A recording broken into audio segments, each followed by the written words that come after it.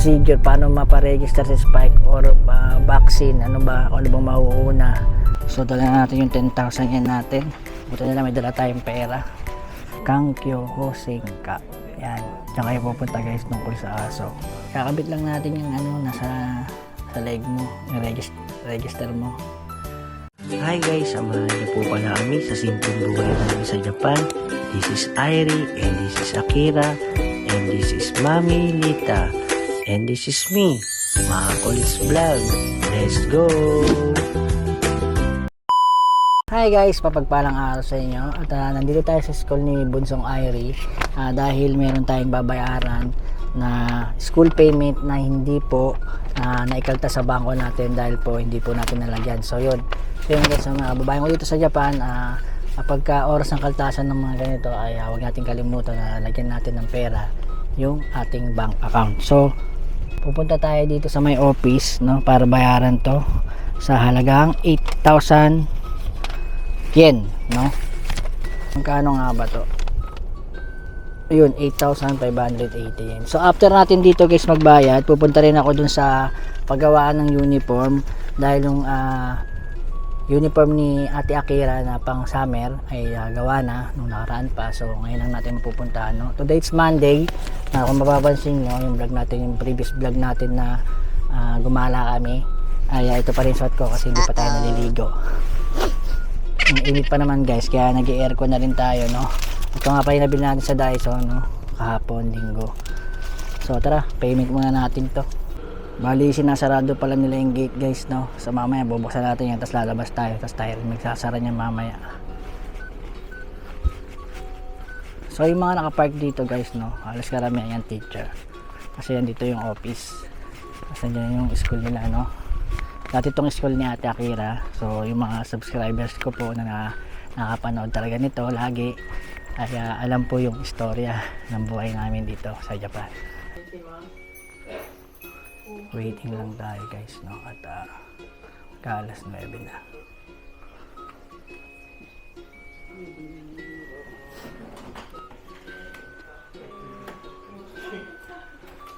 So tapos na tayo magbayad guys. At nakuha na natin ating kasuklian. Yan. Yung resibo daw guys, ibibigay na lang daw kay Airi. Nakalagay na lang dun sa bag niya. Punta na tayo dun sa school uniform, no, yung paggawaan, para masuotan ni Ate Akira yung pang summer niyang uniform kasi mahaba yung niya, yung isang uniform. Meron din may klipa. So bubuksan nga natin tong gate guys, no, at hindi naman to nakalock. Yan, nakasampay lang to. So ay, tayo rin na maglalak nito mamaya, no, paglabas ng sasakyan natin din sa dyan lang. So nailabas na natin si body guys. Sarado na natin yung gate. Yan. Ingay. Ito yung lock nila. Bali sarado nga pala yung guys, yung paggawaan ng uniform. Kaya ang ginawa ko na lang, pupunta na lang ako ng City Hall, no, at magtatanong ako doon tungkol kay Spike kung paano nga ba procedure, paano maparegister si Spike or vaccine, ano bang mauuna. So pupunta na lang tayo ng City Hall ngayon, kaysa naman masayang yung lakad natin dahil ang plano ko sana kunin yung uniform ni Ate Akira. So bukas na lang or any day na lang kung kailan tayo available. So kasi nandito na yung resibo, sabi daw dito ay kunin ng May, no? So nagpadala na rin sila ng isa pang ticket, isa pang receipt na kailangan makuha yon. So ngayon pala pupunta ako sana, sarado pala sila tuwing Monday, no? Yun, kadalasan pala yung mga ganun guys ay Monday ang rest day nila, pero bukas sila ng Sabado at Linggo. Kasi kadalasan yung mga magulang dito sa Japan, ang Yasumi o rest day is Sabado tsaka Linggo. Kaya yun lang yung time nila para pumunta sa mga patayan ng uniform o ano pa bang tungkol sa school. Kaya ang ginagawa ng iba, ibang shop na ganito ay Monday sila nag-Yasumi o rest day. So samahan niyo po ako sa City Hall, no? Nakapasok na nga pala yung mga bata, si Bunsong Airi ay meron po silang Ondokay, no, nalalapit na Ondokay o Sports Fest, no? unang sport fest ni Bunso sa grade 1. So, abangan nyo po yun guys. A few minutes later. Nandito na tayo sa City Hall guys. Meron kasi tayong subscriber na si Ma'am Let, no? Let Daily Vlogs. Sabi niya, kahit hindi daw kasama si Spike, pumunta lang daw sa City Hall at sabihin lang daw kung kailan pinanganak at anong lahi. So, tatry po natin dito kung ganito rin po ba yung procedure nung pagpaparegister ng aso. Kasi tapos bibigyan daw po tayo ng maliit na number at ayun, pag meron na tayo nun ay papadala na po tayo ng sulat ng City Hall na vaccine sa anti-rabies or kahit anong vaccine yan. So hindi pa kasi natin alam, so first time rin natin, kaya tatanong ko na rin para makasigurado, no? Para sa susunod na pumunta tayo dito or pumunta tayo sa mga vaccine ay kompleto tayo ng mga dalang papel, no? Para makagala na rin at makapaglakad si Spike. So syempre guys, bago tayo pumunta dito, pinag-aralan ko muna yung mga sasabihin kong Nihongo.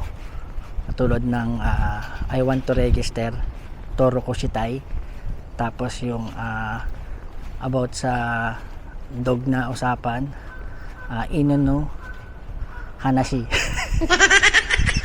Bahala na guys, muna tayo sa information. Ohayou gozaimasu.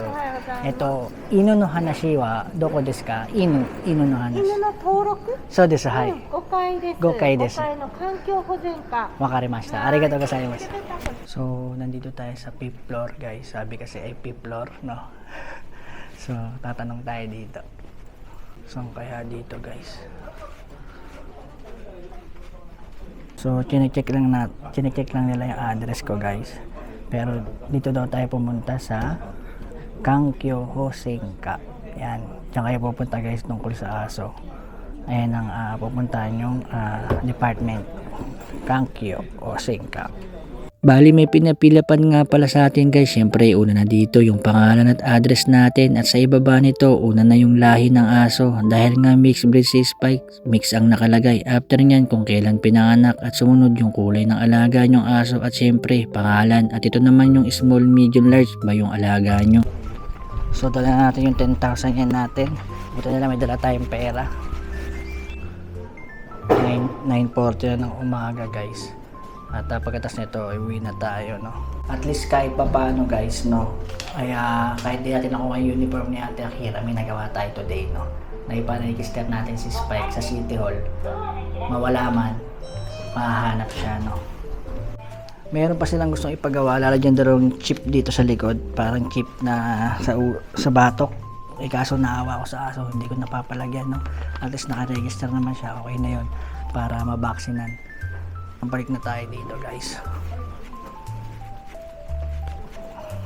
So yun guys, no, nakuha na natin yung sticker para sa pintuan na may alaga tayo aso. Pati yung chain, no, na korting aso. So mamaya papakita ko sa inyo. So yun guys, no, nag-fill up tayo ng pangalan ko, address namin, tapos anong kulay ni Spike, anong pangalan, lalaki ba o babae, maliit ba o malaki. So yun nga lang, may bayad po siya, tapos meron siyang maliit na hugis asong bakal na parang chain, na ayun yung katunayan na na-register siya. So may bayad nga lang siyang 3,000 yen. So nandito na tayo sa sasakyan guys, at ito yung binigay na sticker guys. Sabi nila idikit dito sa pintuan. So ito naman yung kit cane na parang aso style, no? Yan. Nakalagay dito Nodashi 2026, tapos may ano siya number. Siguro ito yung number ni Doggy, no? So yun, isasabi lang daw sa leg to, no? Yan. So kailangan pa natin ipabaksin si Spike daw ng rabies vaccine. Tapos bumalik daw ulit dyan kapag nakuha natin yung certificate ng vaccine, kasi may ibibigay pa silang isang keychain nakatunayang anti-rabies, no, na vaccine siya ng anti-rabies. Yan guys, so sinulat pa nga nung staff. Una hindi kasi kami magkaintindihan, pero nagkaintindihan kami bandang huli. Yan, sabi niya rabies vaccine, dalhin daw to sa ospital ng mga aso. Yan, at napabaksinan si Spike. Pag napabaksinan na guys, pwede na tayo bumalik dyan, tapos bibigyan pa tayo ulit ng isang ganito, nakatunayang vaccine na siya, paulit-ulit.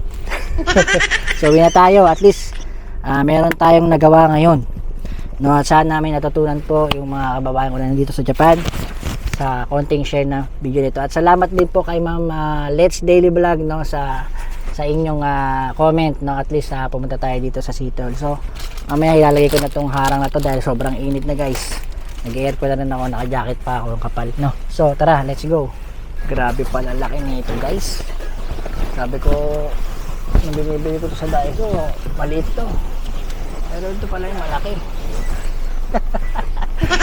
Ito pala yung pinakamalaki, hindi ko mapasok tuloy. Ang hirap. Yata nito maganda, sakop na sakop po. Diba? Sobra pa. Ayan, takip na takip. Sakto pala to, guys, eh.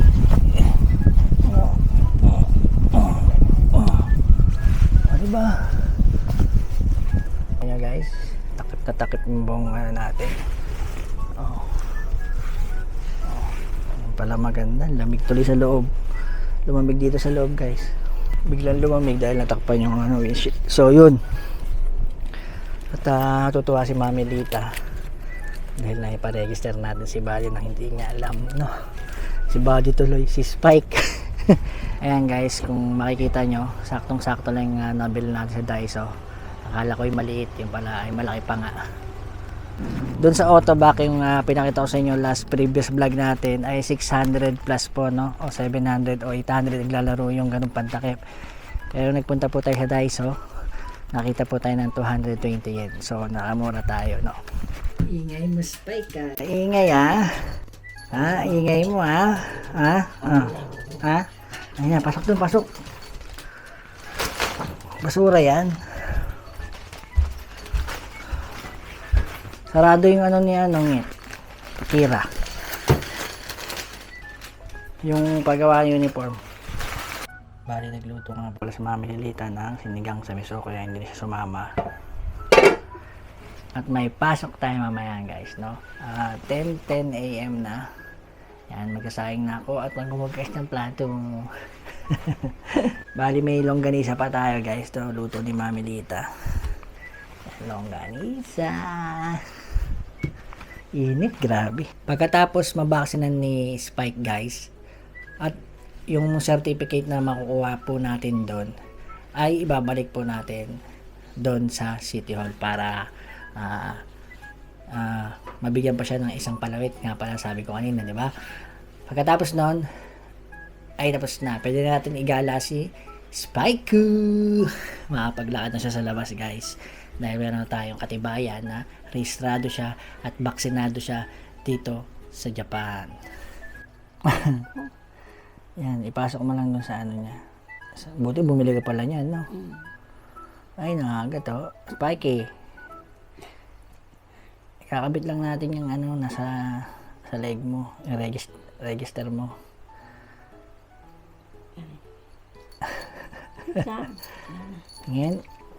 Tingin. Wow, registered dog. Kaya nga. Makukuha niya nga. Sa loob. Pag yan, nakakain niya. Ay, Spikey, wait lang. Muna natin. Wait lang. Tanggal mo muna. Ay, kagat na ako. Sakit, oh. Kagat, oh. Ay, didikit mo na sa pinto. Ito. So, ito daw, guys, idikit sa pinto, no? So, idikit natin. Wala namang masama. Saan ito didikit? Dito na lang. Ayan, bala kitang kita.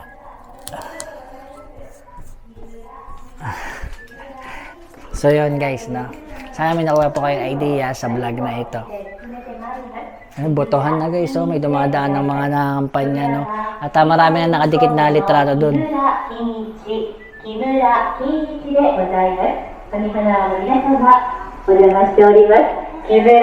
Kumakaway pa, guys, no? Kumakaway.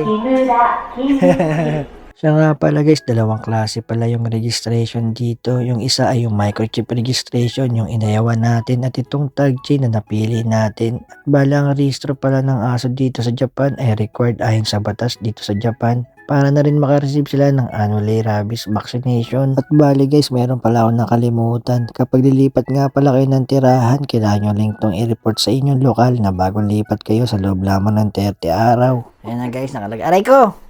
Hanggat ka. Nakalagay. Nakalagay na spike yung kanyang ano. Ayun o. Aray ko! Ayan na guys. Bali forward na tayo at kagigising lang natin dahil nga po may pasok tayo at sa wakas meron tayong bagong natutunan tungkol sa pagrehistro ng aso. Susunod naman ay dog vaccination kaya huwag niyo po kalimutan mag-like and share and subscribe na rin po. So paano, hanggang dito na lang po muna. Bye, Jane. Arigatou gozaimasu.